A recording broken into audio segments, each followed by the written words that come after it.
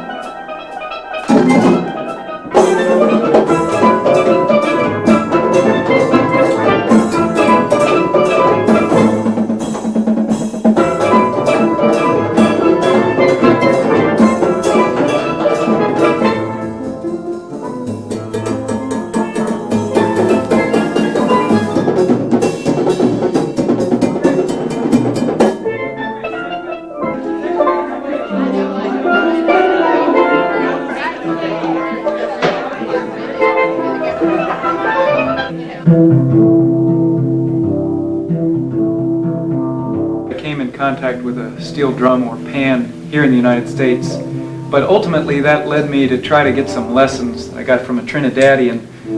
In the course of those lessons, he invited me to come to Trinidad. It was there that I saw a high school band, and when I say band, that was around 40 players at least, all playing steel drums and all wearing t-shirts that said, "Get high on pan, not drugs." And when I saw that and heard the power and the excellence with which these kids were playing, I thought, that's something we really need to do in Cincinnati. And that's when I decided that it would be a nice idea to try it somewhere in the inner city. And I knew that the Peaslee Neighborhood Center was being reclaimed after being closed as a school. So I contacted Peaslee, and from there we worked together to form the band. The directors of the band are friends of Peaslee. Actually, Bruce Weil was the first. We met him in the phase of us buying the building at a fundraiser, and he came to Peaslee on Martin Luther King Day and brought his drum, and our children flocked around him and got really excited about what he was doing, and the idea came, well, maybe we could do something about creating a band. It was when the adults started watching their children in the original band play that they thought, wow, that looks like a lot of fun, and we should do the same thing. Why not? This would be the way to go, and we went ahead and formed the adult band, and they continue to play, and now really we're more like all one band.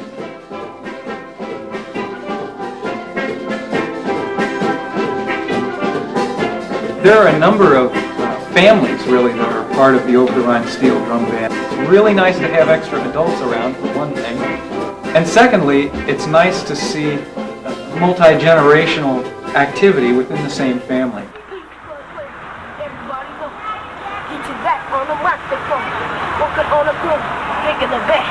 Everybody knows it's gonna get real.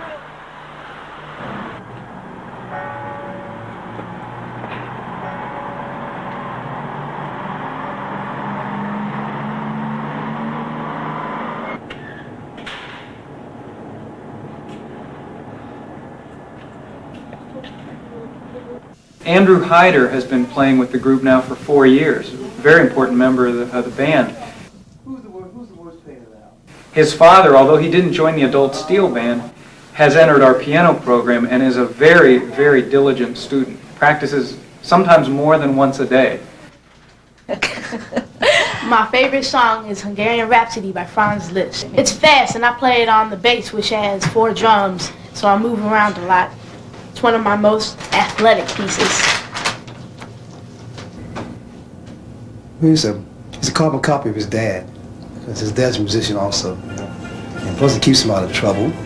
He has tons of nervous energy, and he has to have some way to funnel that, And he likes it. Whatever he likes, that's good for him. I like also. And he loves the steel drum band.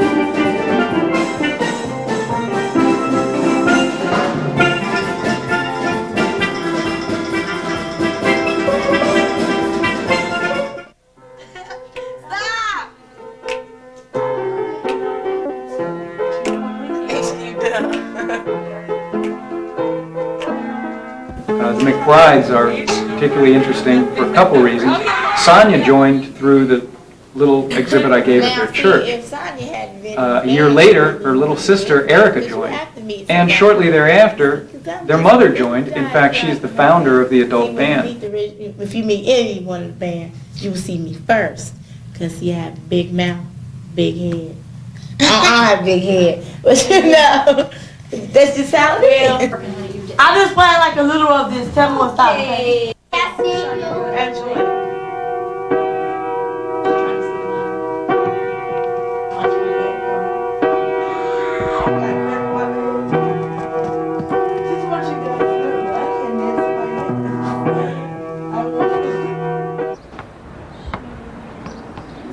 There are a number of families, really, that are part of the Over-the-Rhine Steel Drum Band.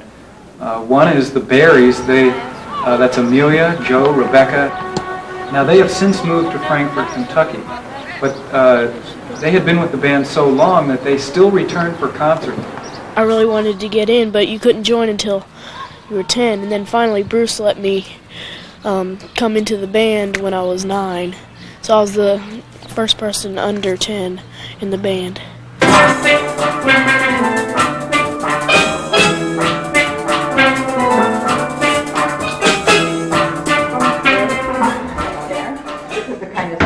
So well And the storage thing right there. What's that look for? I don't think you're old enough for a hot tub party. Oh, come on. Karis Towe joined the band through, again, the exhibit or the exhibition at Prince of Peace Church. And when the adult band was When we formed, do get ready for our concert. her mother was one of the first ones to get involved.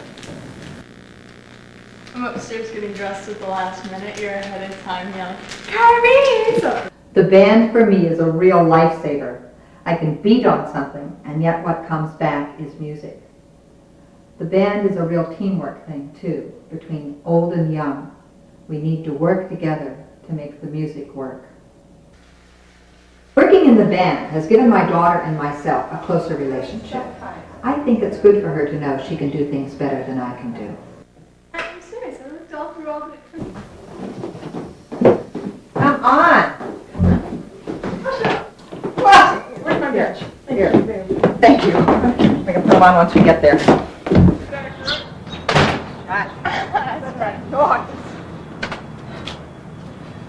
Okay. You got everything down? Sure.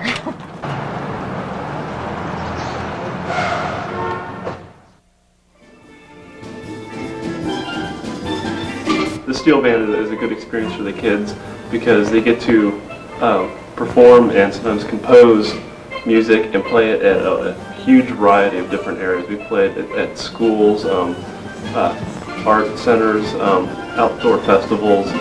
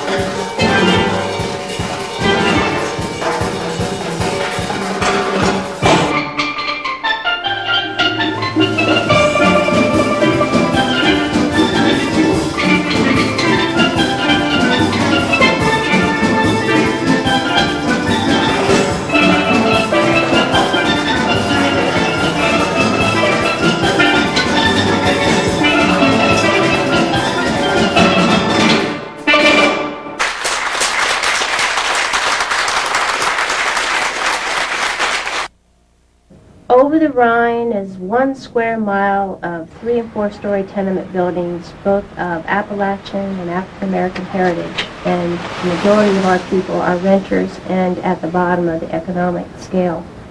So we do have a lot of problems of homelessness, lack of affordable housing, all the different things that come as a result of being pressured at the bottom. Over-the-Rhine would probably be within the top 2 of violent crime. I don't know first or second, but within the top 2. We find that a lot of the problems that we come in contact or are brought to our attention is drug-related problems. The robberies seem to come back to drug-related problems. The business people, the residents, some of the residents come to us during a walking beat and say, hey, there's a drug problem in this building or that building, and we're afraid to come out. I can't let my kids come out and play. Prostitution in Over-the-Rhine, it's probably more dominant in Over-the-Rhine than it is in any other neighborhood of the city, basically because of our easy accessibility to downtown area. Does it run rampant? No. It is here. It's here on a daily basis. It's here 24 hours a day. You talk to any one of the kids or the residents of Over-the-Rhine or the business community in Over-the-Rhine, and they'll tell you where the prostitute will stand. They'll tell you, might tell you her first name. I like walking the beat as you get closer to the people, and that includes, for me, most of the younger kids. And I would like to have the chance to make a difference to one of them. And there's many times where myself or Don has attempted to, and you see that where you start to lose them. You can have all the best intentions in the world. We've both arrested people for trafficking in drugs. You bring them in, and you take time, instead of just saying, we don't care, we're going to throw you in jail. You take time to sit down and talk to them and try to show them that, hey, there's a better way, education, and you give them a break. And then 2 weeks later, you're doing the same thing, and the kid it won't register. They can't start with the policeman. It has to start at home. Well, here in Over-the-Rhine, you'll find all types of different types of people. You'll find the warriors, the fighters, the drug lords, peaceful children, angry children, peaceful parents, angry parents. You find the whole 9 yards here. All the other people in the street, it's like drug dealers and everything. They hang on Rice Street. They hang out when you go to school in the morning, and plus they hang out in the afternoon. And the only time we ever go outside is to go to school, go to the store, or go to the go park, to the band, library, go to the library. I might mess up and do the wrong thing, and I might end up taking drugs, and my mama might don't want me that to happen, and I don't know what she might do, but then if I take too much drugs in the future, they might shoot me. Like all these new buildings they built down here now, you got some new drug people in these new buildings and whatnot, and they're just everywhere. They're everywhere. You can't get away from it. That's why it's difficult to raise your children in an environment like this if there's a problem with your family. Like if there's a family breakup, that there's no father in the house, and the woman's left to raise the kids, unfortunately, by herself. It makes her and her kids vulnerable to drugs and also prostitution. But when your family unit is tight, you can avoid anything, even if you're right smack dab in the middle of it, which we are. We were choosing to be a sign of God's presence wherever the Lord would plant us, and He had definitely planted us in the inner city. So we were taking that choice, and we chose also to raise our children downtown. We did not have good support from our families because they did not want to see their grandchildren raised in the inner city. But it has proven to be a very beneficial thing for all of us. You have to be careful in any kind of neighborhood where there's a lot of people who don't know each other. One of the things I discovered living downtown, as long as you know people's names, especially the children, that gives you a relationship with them. Well, playing different places, you get different audiences, as you said. The audience differ from concert to concert. Some of them enjoy it, some of them are very skeptical about it, but most of them are very pleased about what they hear, and they just Some of them, their actions change because they just don't believe that a band from over the Rhine can be so good.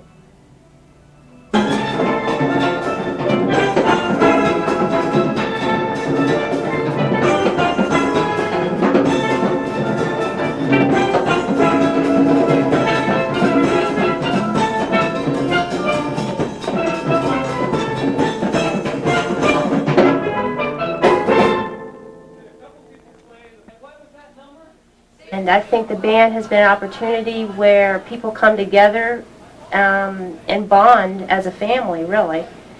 You know, despite all the problems that we have outside of our building. With him. Don't talk to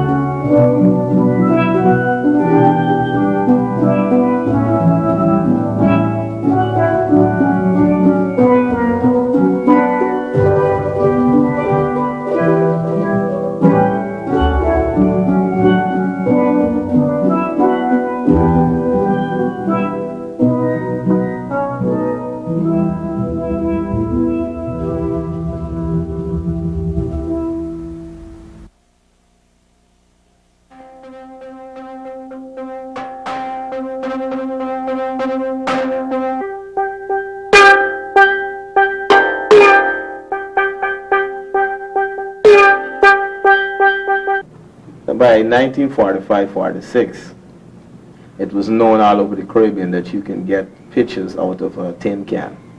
So that became the tin can era, where we had the tin can music, which is the forerunner of the steel drums that we play today. Today, we use 55-gallon barrels. And what happened? It was found out that the bigger the barrel, the better. We have the notes arranged in a circular fashion. Now, if it was square, we would have the notes arranged like a keyboard or like a piano. But because it is a circle, I would play the scale going around.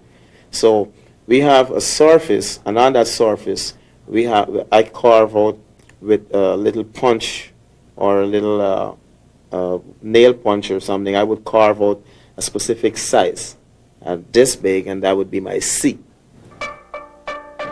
Now, that area that I earmarked for that pitch would be hammered from the bottom or the back upwards into a little bump. And that bump is hammered and tuned to the right pitch. Now the size is very important.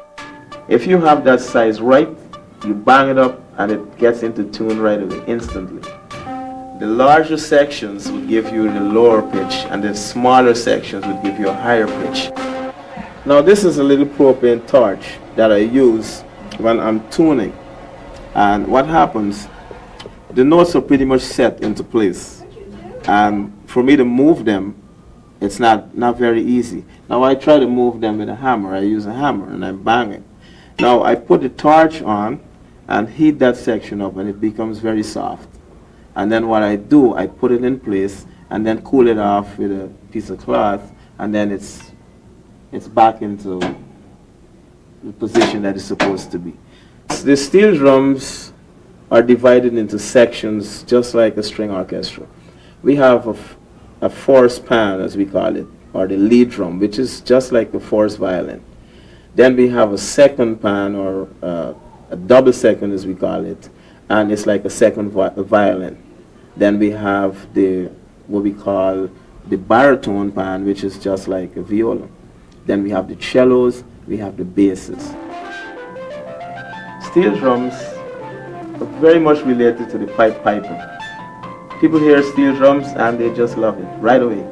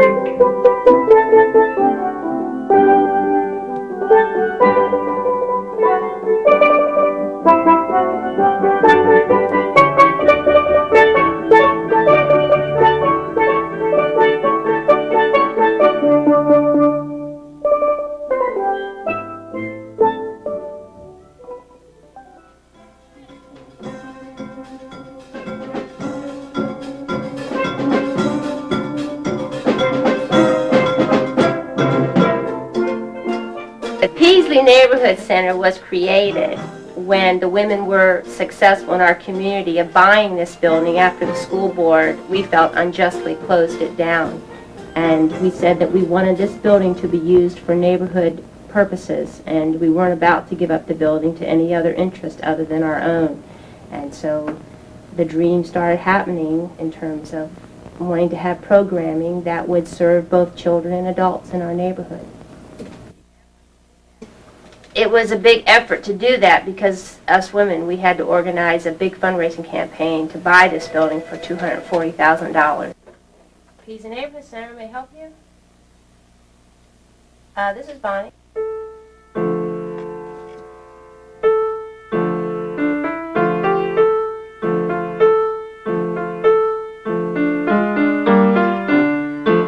The Over-the-Rhine Steel Drum Band is part of the overall music program at Peaslee Neighborhood Center. That includes the individual piano lessons, which are now offered free to residents of Over-the-Rhine.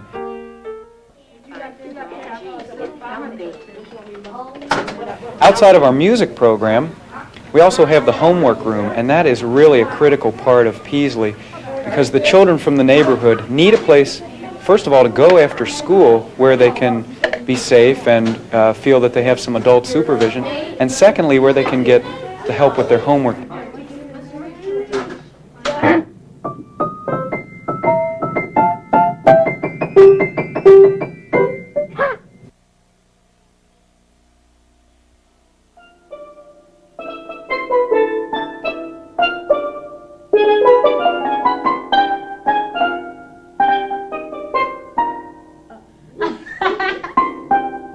Okay, let's start from there. Where do you want to go from? Before any of the kids join any of the bands, they have to go through a series of theory sessions where they learn to read music, rhythm, learn about some history about the pans, and just learn about general music theory. So I mean, it's very good educationally as well as being fun to play.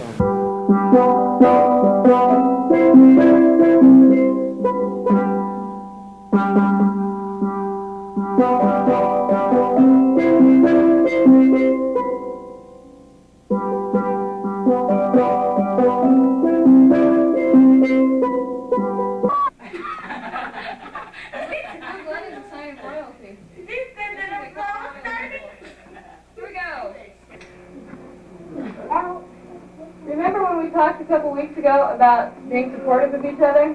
That was actually This doesn't count. This is not being supportive. This is a good example of not being supportive. Here we go.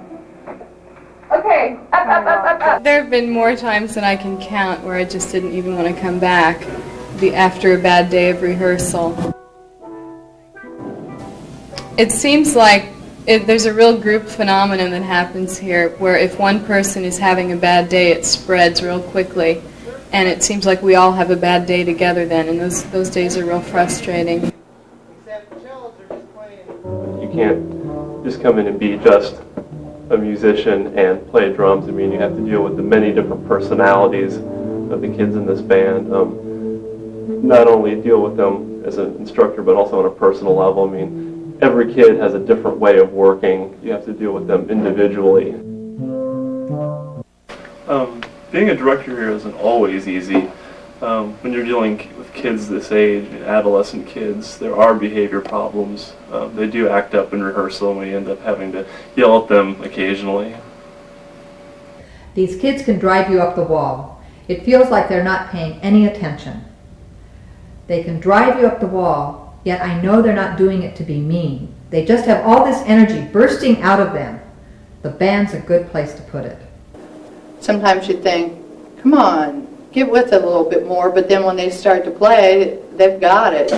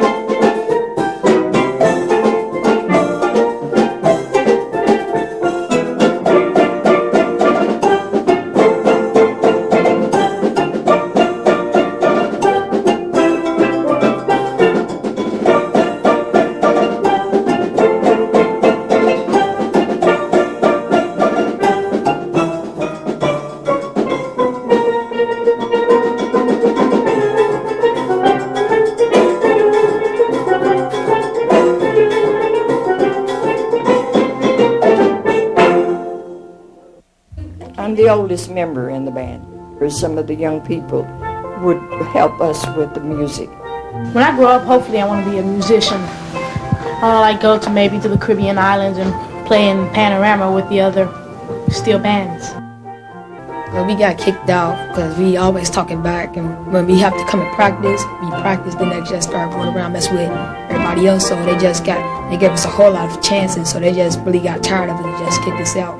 One time Bruce was coming down to visit us, and he had brought two of the drums because he said he had to work on them, and he wanted us to just take the drums out of the box, and I opened one of them and Sonya popped out, and then I opened the other one and Andrew popped out.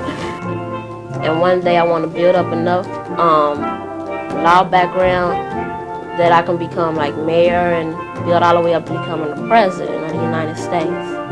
But we just kept on begging to come back because we missed it. And so our mother came up here and talked to Naomi, Bruce, and Chris, and they let us come back in.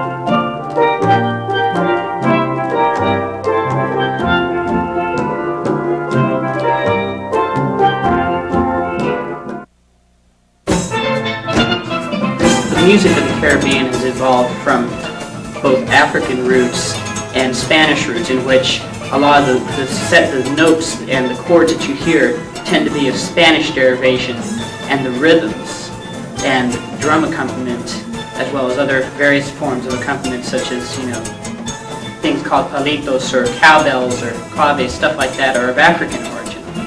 And that's how we sort of get this blending, what we have now in certain forms of music, such as salsa, merengue, and calypso.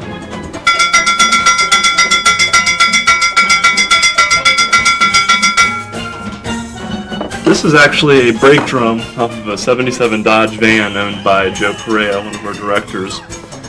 In Trinidad, sometimes they'll have a group of 10 people or more playing these to back up the steel bands. It's a very powerful driving rhythm. Also, in addition to that, they'll have two people playing congas, playing a rhythm something like this.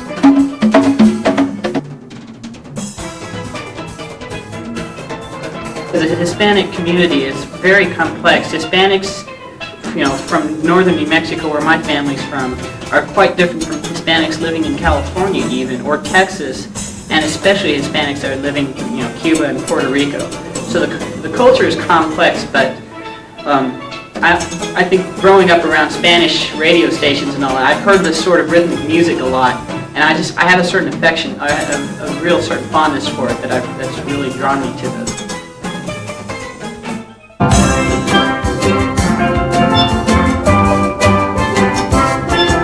Have found that it is important to come together after a concert, because sometimes, you know, different ones, because you know you might have goofed up at a song or, you know, made a mistake, and we all just say, you know, we all do that, and it's a time where, you know, you can just feel like that's okay.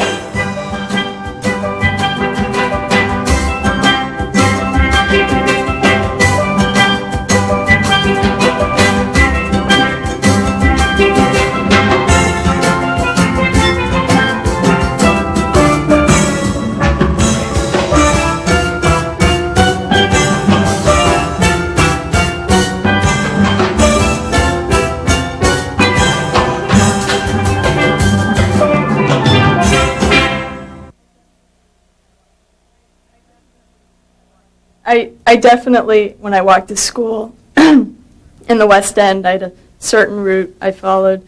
When I go to church, I usually don't go on the back streets. I just stay on a busy street.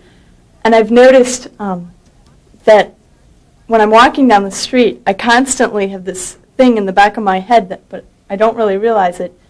Okay, who's around? Who would hear me scream? Who could I notify? And it's just constantly running through my head. Over the past, I'd say 4 to 5 weeks, at least three or four of the kids that participate in our programs, some of them band kids, some of them one of the kids being someone that participated in the piano program and the sign choir that we used to have here, these kids have been jumped by gangs, little, you know, kind of gangs of other kids, you know, people that go to school with them or whatever, as they're getting out of school or getting out the bus stop or whatever. That's what happened to my son. He wasn't very happy about it. It made him a little scared and squeamish. But I sat down and talked to him and said, son, it's a fact of life. Unfortunately, there's a lot of violence in this country. I don't know if the country was bred in violence or not, but there's a lot of violence here. You have to always be constantly on your guard. As far as catching the bus or getting off the bus, if the one stop that you got off at, you got hurt on, change where you get off at the bus, you know. Be around some friends. Have 3 or 4 guys that you come home with. Don't come home by yourself. And he's okay now about it, you know. But funny enough, he seems to be used to it. He doesn't like it, but he's used to it. But it's extremely traumatic to be surrounded and in every direction. And I can attest to this, you know, having been a child and at one point, you know, out on the playground and being attacked before. I know how scary this is. All the gang came over here because all the gang came over there and they asked me, did I say I could be every one of them because that boy had lied and said I did. Well, what happened? He jumped off the bus with his friend, okay, and he had his backpack with him. And these 4 or 5 guys said, well, hey, we want a part of you. So they started chasing him because he was bogged down by his books. You know, so by the time he had dropped his book bag, they already were upon him, you know, and they knocked him down a couple of times. He only had some scrapes and bruises. But more than anything, his poor ego was hurt. And plus, he couldn't understand why. That's the problem. You get jumped, you know, why? Why me? But these days, it doesn't matter. You get picked out. Oh, excuse me, see that guy right there? Yeah, right. Let's get him. Well, I was just coming home from school, met up with my friend Walter, and all of a sudden, these kids that we knew started running after us. They caught a hold of me because I had my backpack, and I couldn't go as fast as Walter because I had my backpack. They caught me, they had me down on the ground, they jumped me, and were hitting on me and stuff. And after they were finished with me, they just left. I want him to learn self-defense, not in order to hurt someone, you know, but you have to be prepared, especially when it's normally like 3 or 4 guys on one. And if you know karate, you can get away. I have a right to live here and to walk here, and I shouldn't be forced off the streets.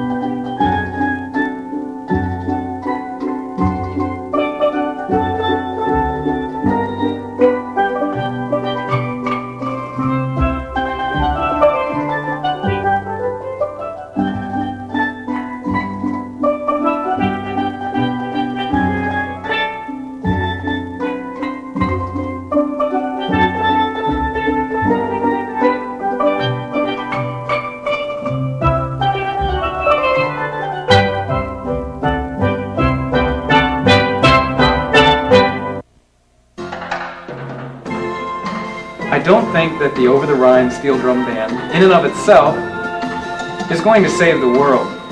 But I do think that we offer an example of people of various ethnic backgrounds, various ages, from various neighborhoods, from various socioeconomic backgrounds, all working together and having fun in pursuit of a creative endeavor. But I don't think it has that effect that just completely changes their lives.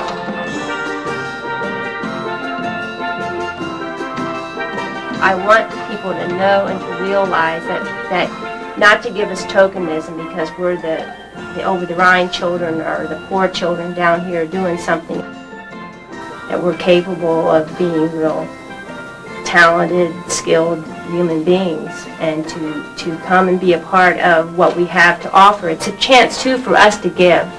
Oftentimes, people in our community are at that place where you always have to get food, get housing, get something given.